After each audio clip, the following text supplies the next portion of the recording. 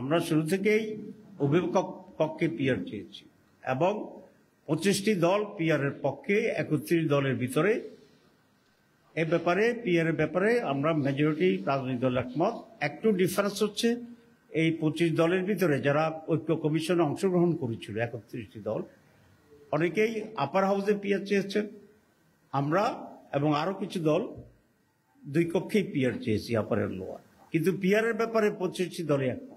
এই দাবিতে আমরা যারা পিআরের পক্ষে আছে সকলের সাথে আমরা আলাপ আলোচনা করছি এবং সকলেই যাতে এটা আদায়ের জন্য আমরা তো এখনো নেগোসিয়েশনে আছি, সরকারের কাছে মৌখিকভাবে বলছি, ছোটখাটো দাবি জানাচ্ছি।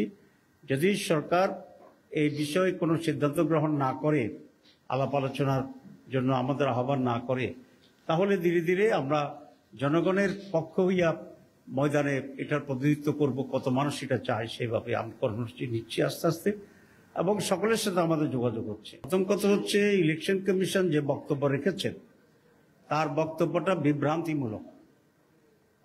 এই কারণে যে আমাদের সংবিধানে প্রতি 5 বছর পর নির্বাচন হবে এই কথাটি লেখা আছে, কিন্তু কোন পদ্ধতিতে নির্বাচন হবে এই কথাটি লেখা নাই।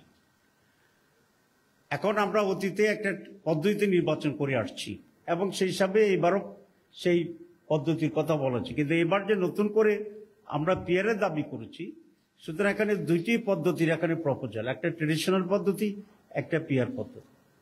সুতরাং ইলেকশন কমিশন যে কথা বলছে যে ট্রেডিশনাল পদ্ধতিতে নির্বাচন করা, এটাও সংবিধানে নেই। সুতরাং যেহেতু দুইটা দাবি আছে, দুইটা দাবি নিয়ে আলোচনা হওয়া উচিত, ইলেকশন কমিশন আলোচনা করা উচিত যারা এই দাবি করছে, এবং তারপরে একটা ফয়সালা হওয়া উচিত। এইটা নির্ধারণ না করে একতরফাভাবে আগের নিয়মে ইলেকশন কমিশনের রোডম্যাপ ঘোষণা করাটা একটি অন্যায় হয়েছে বলে আমরা মনে করি। আর একটি কথাকে বলে যে সংবিধানে নাই, আরেকটি দ্বারা বুঝাতে চেয়েছেন আরেকটা সংবিধান আছে, তাহলে এটা এক ধরনের বিভ্রান্তি এবং এটা ভুল তথ্য।